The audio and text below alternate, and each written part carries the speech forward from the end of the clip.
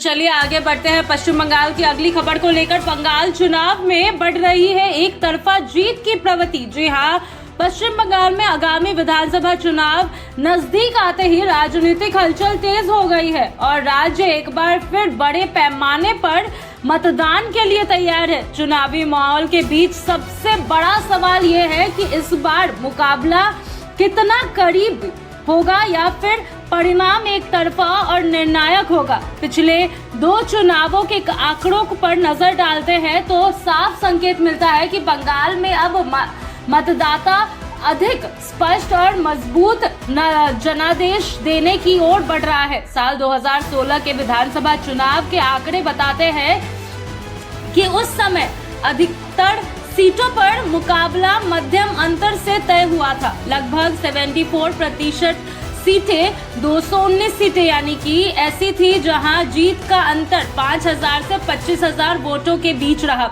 वहीं केवल 98 सीटों करीब 33% पर ही जीत का अंतर 25,000 वोटों से अधिक था। इससे यह संकेत मिलते हैं कि उस समय चुनावी मुकाबला अपेक्षाकृत करीबी थे और मतदाताओं का रुझान कई जगह पर बंटा हुआ था। लेकिन साल 2021 के चुनाव में यह तस्वीर काफी बदल गई थी।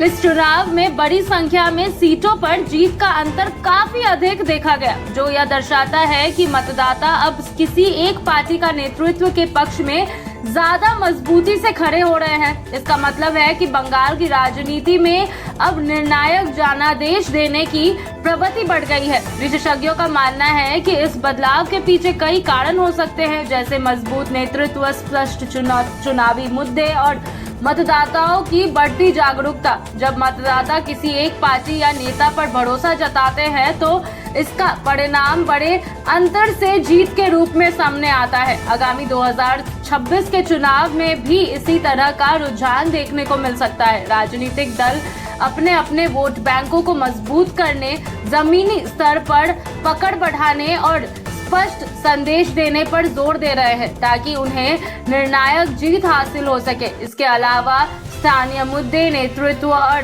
क्षेत्रीय समीकरण भी चुनाव परिणामों को प्रभावित करेंगे।